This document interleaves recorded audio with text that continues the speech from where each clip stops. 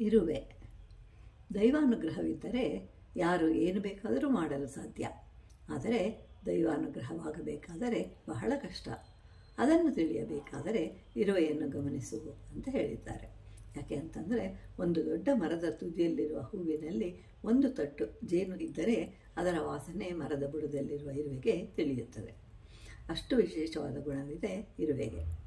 ಆದ್ದರಿಂದ ಅದು ನೇರವಾಗಿ ಅದೇ ಕೊಂಬೆಯನ್ನು ಹುಡುಕಿ ಅಲ್ಲಿಗೆ ಹೋಗುತ್ತೆ. ಅಲ್ಲಿ ಮತ್ತೆ ಚಿಕ್ಕದೊಂದು ಕೊಂಬೆ, ಅಲ್ಲಿ ಪುನಃ ಎಲೆಗಳು, ಅವುಗಳನ್ನು ದಾಟಿ ಮುಂದೆ ಹೋದಾಗ ಅಲ್ಲಿರುವ ಅರಳಿದ ಹೂವಿನಲ್ಲಿರುವ ಮಕರಂದವನ್ನು ಆಸ್ವಾದನೆ ಮಾಡುತ್ತೆ. ಅದೇ ರೀತಿ ನಾವು ಸಹ ಭಗವಂತನ ಅನುಗ್ರಹಕ್ಕಾಗಿ ಪ್ರಯತ್ನಿಸಿದಾಗ ಅದು ಸಾಧ್ಯವಾಗುತ್ತೆ. ಒಲೆಯಿಂದ ಹೊಗೆ ಚೆನ್ನಾಗಿ ಬರ್ತಾ ಇದೆ ಅಂತಂದರೆ ಅದು ಚೆನ್ನಾಗಿ ಉರಿಯುತ್ತಿದೆ ಅಂತ ಅರ್ಥ. ಕಷ್ಟಗಳು ಹೆಚ್ಚಾಗಿ ಬರುತ್ತಿವೆ ಅಂತಂದರೆ ಮುಂದೆ ನಮಗೆ ದೈವಾನುಗ್ರಹವಾಗುತ್ತದೆ ಅಂತ ಅರ್ಥ. ಅನಾವಶ್ಯಕವಾಗಿ ಚಿಂತೆ ಬೇಡ. ದೈವಾನುಗ್ರಹಕ್ಕೆ ಪ್ರಕೃತಿಯು ಸಹ ನಮ್ಮನ್ನು ಅನುಗ್ರಹಿಸುತ್ತೆ. ಆದ್ದರಿಂದ ಕಷ್ಟಗಳು ಬಂದರೆ ಹೆದರಬಾರದು. ಮುಂದೆ ನಮಗೆ ಸುಖ ಲಭಿಸುತ್ತದೆ. ಅದಕ್ಕಾಗಿ ನಮ್ಮ ಮನೆಯಲ್ಲಿರುವಂತಹ ಪೂಜಾ ಮಂದಿರಕ್ಕೆ ಹೋಗಿ ಧ್ಯಾನವನ್ನು ಮಾಡಬೇಕು. ಚಿತ್ತಶುದ್ಧಿ ಆದಾಗ ಭಗವಂತನ ದರ್ಶನವಾಗುತ್ತೆ.